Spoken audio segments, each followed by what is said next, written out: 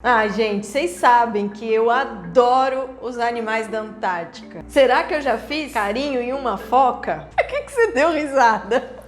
Será que eu já abracei um pinguim de verdade? Hoje eu vou falar das regras que existem para quem vai viver e trabalhar na Antártica. Será que nessas regras eu posso mesmo abraçar um pinguim? Olá, eu sou a doutora Fran e vem comigo viajar com gelo na bagagem.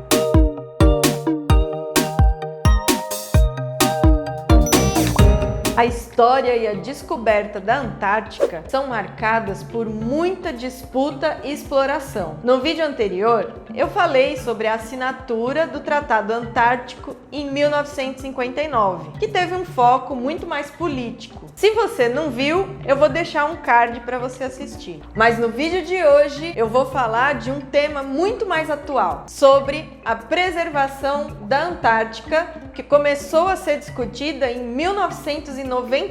É que os países começaram a estudar a Antártica e viram que era necessário criar um protocolo dentro do tratado, um protocolo de preservação ambiental, que foi assinado em Madrid e eles chamaram de Protocolo de Madrid. Original esse nome, né? O protocolo define a Antártica como uma reserva natural dedicada à paz e à ciência.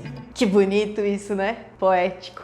Por isso, comenta aí, #preserve a Antártica. Eu mesma, quando eu fui coletar os bichos lá, trabalhar, eu tive que preencher zilhões de documentos para falar o que, quando e como que eu ia trazer tudo isso para o Brasil. Estando lá, eu tinha que tomar cuidado com tudo. Até com o lixo, a gente tem que separar o reciclável do orgânico. E o reciclável, ele é todo prensado e o orgânico é incinerado e até as cinzas a gente traz de volta. Até os excrementos. Sim, o cocô e o xixi de todos os acampamentos são trazidos de volta para o navio para voltar para o Brasil. E tem cada história. Uma vez, os marinheiros já tinham recolhido mais de 15 galões, daqueles galões gigantes, cheios de cocô. Cocô fermenta, né? Acho que você sabe. Um galão desse explodiu. Imagina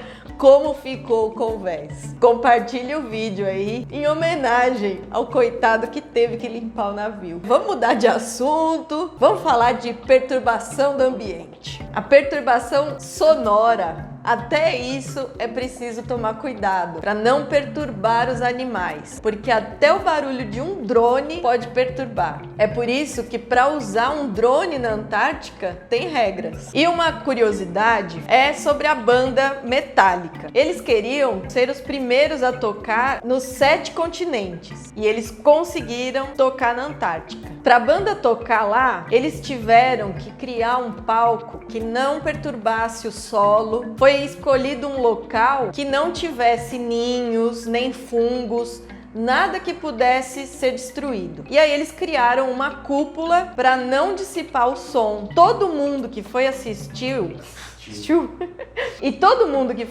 o show precisou usar fone de ouvido. Olha que doideira. Comenta aí, você tá assistindo esse vídeo com fone ou sem fone? Com todas essas regras, imagina as regras que tem para preservar os animais. Eu, por exemplo, recebi instruções de quantos metros eu posso chegar ou não de um pinguim, uma foca. De um pinguim, 1 metro. De foca, uns 2 metros. E tudo isso a gente encontra nesses manuais. E todos os países têm em português, em coreano. Todos os países entregam esses manuais para todo mundo que vai trabalhar, principalmente para os turistas. Mas sabe como é, né? Pinguim é um bicho super curioso e um monte de vezes ele vai chegando perto da gente. Eu acho que ele pensa: que bicho estranho é esse? Então ele vai chegando perto e aí quem tem que fugir é a gente. Porque mesmo de longe, se alguém perceber alguma coisa feita errada, pode dedurar nas reuniões anuais do tratado. Elas são feitas para discutir melhorias no tratado, para discutir a preservação da Antártica e para criar novas áreas de proteção ambiental. E voltando à pergunta que eu fiz lá no começo, será que eu já abracei um pinguim de verdade?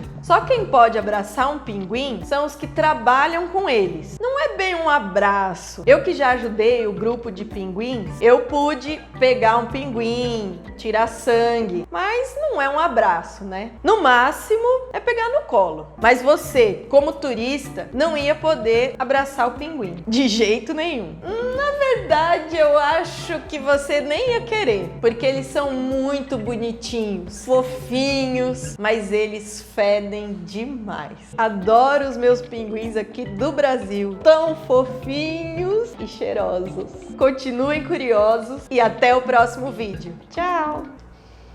Tá, esse aqui não deve estar muito, porque eu dormi com ele.